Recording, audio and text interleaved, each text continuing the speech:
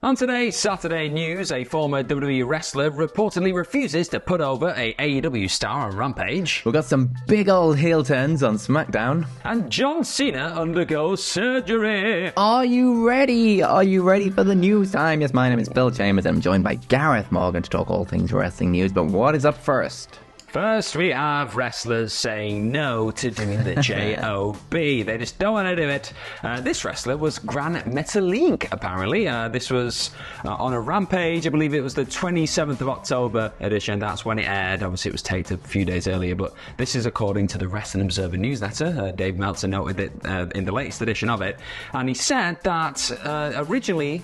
In this report, he said originally AEW, they only had 3 matches instead of 4 due to this, obviously, Gran Metalik just feeling that he did not want to lose to his fellow mass performer, who on that night was Commander, so he didn't want to lose to him. But then Fightful Select have come through with additional details regarding this whole scenario, and they said that AEW had actually originally only planned on this night to have 3 matches. So 3 matches were always planned, but one of them was set to have 4 masked luchadors flipping all over the place, and it obviously was going to be Metalik and Commander, and with them it was going to be Lince Dorado and Penta El Zero Miedo, that guy. And but then that bout apparently changed to a 3-way bout because Dorado, because he's got connections with CMLL, is not allowed to wrestle people from AAA, like not allowed to be in the ring with them, so they pulled him out of the match. So that's fun. A few changes already. And then in that 3-way, Commander was gonna be going over Metalik. So there's when things start getting a bit even more uncomfortable because hey, who needs a nice, easy, calm workplace, eh? So apparently Metalik, because he'd not picked up a victory on any one of Tony Khan's shows on AEW, Ring of Honor, anything like that since September, he felt that he didn't want to take another L because he wasn't under a full-time deal, and it's probably just not good for his character, like his personality, whatever it is, the full package. He just did not want to take another L because he's not got a contract. It just makes him look weak, I guess. So AEW apparently understood this. They said, yeah, we get your position, that's fine. And instead, they just pulled the match completely and did Carl Fletcher versus Takeshita as a replacement, which was a hell of a replacement. I was a big fan of that match. And it is also worth noting that Metalik then would go on to appear in a match for ROH. I think it was the November 2nd, taping, whatever it was that Wayne did air. So it looks like he's still on decent terms. Like, it doesn't look like there's been any bridges burned, but it's just interesting to note that he was like, nope, don't want to take an L because you've not given me the full-time deal, baby. Yeah, he did lose that Ring of Honor match, but he didn't take the pin, so I guess there you go. A little bit better. But he also hasn't won on, like, AEW branded TV since January on an episode of AEW Dark. So it's like, it's quite a long time, this one. So you can see it kind of coming. But you've got to protect yourself and out there in the business of wrestling. If he's doing the job all the time on TV, that diminishes what he can do elsewhere, surely. So it kind of makes sense. I can see why he would want a guaranteed contract if he's just going to be losing all the time. It's not like, he's got to look after himself, hasn't he, at the end of the day? Exactly. Yeah, it makes sense. I mean, it could scan as a bit like, oh, wrestlers being petulant, but no, it is like, this is their livelihood, so you want to protect your character as much as you can. So, yeah, fair enough, to be honest. It is a business, after all. But speaking of wrestling, that's a good segue. Smackdown was last night. That's a wrestling show. Santos Escobar, obviously, tensions have been bubbling over for a while now with him and Rey Mysterio, and it finally kicked off on SmackDown last night. So this big show opened with the LWO, and basically like Carlito questioning Escobar's role in the Crown Jewel match with Rey Mysterio and Logan Paul when he put the brass knucks in the ring, but it was a bit too close to Logan Paul, and then Logan Paul won the belt from Rey Mysterio. So Carlito was kind of calling him out on this in the show, and Escobar didn't exactly appreciate this and ended up storming off out of the ring. And then there was a match between Carlito and Bobby Lashley. Obviously, Bobby Lashley beat Carlito, and afterwards the Street Profits and everyone started beating up Carlito. And Santos Escobar did come out, but he kind of hesitated as to whether he was going to help or not, leading to Rey Mysterio then coming out to help and clear off the bad guys. And then they were all in the ring and they were getting into it a little bit. And Rey Mysterio was saying, "What are you doing? We're family," etc.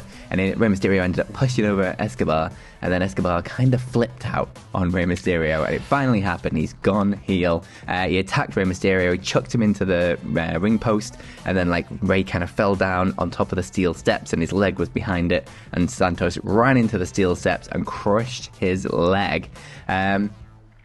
So yeah, it's finally happened. The big turn from Santos Escobar and Rey Mysterio. It's finally happened. Obviously, it's kind of been a slow build for months now with this LWO thing. It's kind of been bubbling there under the surface ever since Rey Mysterio kind of stepped in for an injured Santos Escobar when he actually won the US title in the first place. And then we were wondering whether they were going to do like a face versus face thing for the US title, but then the Logan Paul stuff happened. But it's finally happened. Santos Escobar is a heel, a bad guy, a boo. But he's a boo guy. He's a boo. Yeah. I've quite liked how they've had a bit of restraint with this, and they've not just pulled the trigger when you've kind of saw it coming, like you said in that US title match, whatever it was. Yeah, you were like, oh, here's the moment, and they didn't quite do it, and you've just been watching for little things, and it was effective. It was quite emotional, to be honest. I was kind of watching this. Zelina Vega was getting really upset. She was like, "Don't do this with family. What's going on?" It was just, it was. I love the way that Mysterio found himself in that position in the steps, like where he was knocked off the apron, just naturally kind of fell in there with his leg. It was like, it felt just that little bit more real and raw. And I'm interested. I like Santos probably better as a heel. I think he's got that in him. He can just be this slimy, horrible guy and this emperor of Lucha Libre, and I think he'll really relish that role and hopefully excel and just become an even bigger presence on SmackDown. And then you're always going to be the biggest heel in all of wrestling when you're wrestling Rey Mysterio. So it's all good stuff. I'm excited to see what happens next with all things LWO going forward. But one thing we're not really going to be able to get that excited about going forward on WWE programming is John Cena appearances, because he's seemingly done now for a little bit. Like, the actor's strike has come to an end. He's probably going to go back to Hollywood now, because he said that. I believe he said that after Fastlane at the press conference. He was like, a lot of people rely on me, so I can't really do both at the same time. But something else has seemingly happened now after his last appearance at Crown Jewel, which was obviously very recently. He's undergone surgery, on an arm problem. I don't know if it was an injury or just some kind of thing that's been present there for a while, but he's had this big old surgery, and within it, he said apparently he went to X, because that's how people just confirm anything these days. They go on Twitter, they go on X, and they say, "I've had a thing," and he said thank you to Jeff Dugas MD, so Dr. Jeff Dugas, and his entire team there in Birmingham.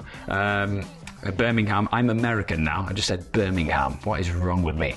One arm fixed, clean and headed for therapy. One arm left to go. Thank you again. See you ASAP for the next one. So it seems there, within that post, that he's suggesting that he's going to have another arm surgery. So maybe it's just like a joint thing. You just don't know with these kind of things. You got to go for the full set. If you get one, you may as well get the other. It's just got one massive arm, one little one. It's just going to look strange. Yeah. So that's he's going to get that all fixed and sorted. But it just came as a bit of a surprise, really, that Super Cena has had surgery. So there we are. How strange.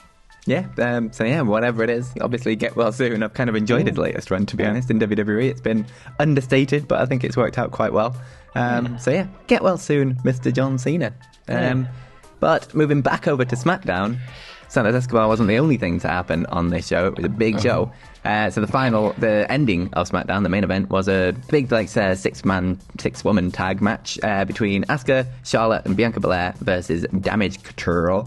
And in it, Asuka kind of refused the tag from Bianca Belair and then ended up misting all her partners and then joining forces with Damage Control and attacking the hell out of them all.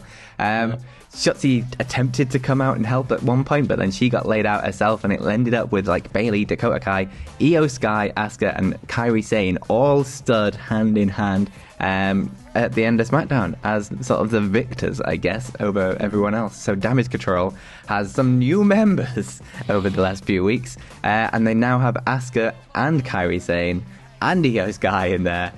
This team has kind of come from it was amazing when it first started, and then it kind of dwindled, and we're like, what are they doing with Damage Control for a really, really, really long time? And now it's like, what the hell are they doing with Damage Control? This is amazing. Yeah, it's suddenly super exciting, but it does feel like we're going to get another stable with a bit of tension and infighting for the next couple of months, and that's, it is so fresh. I'm excited. I can't wait.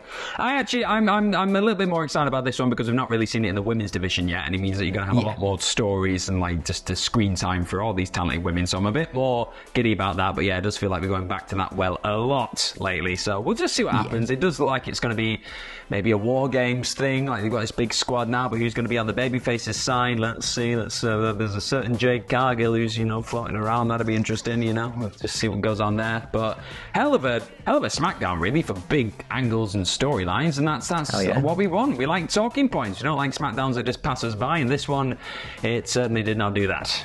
Absolutely. And speaking of talking points, let us know down in the comments below what you think of all of today's stories, and click this video to continue your YouTube journey, and follow us over on Twitter. You can follow me at PhilMadeChambers, and you can follow Gareth at GMorgan04. And most importantly, have yourselves a bloody good day. Bye bye.